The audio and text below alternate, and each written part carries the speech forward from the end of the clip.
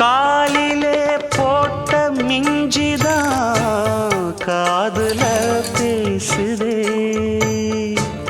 கழுத்துல போட்ட தாலிதான் காவியம் பாடுதே. நெத்தி சுட்டியாடும் உச்சந்தலையில் பொட்டு வச்சதாரு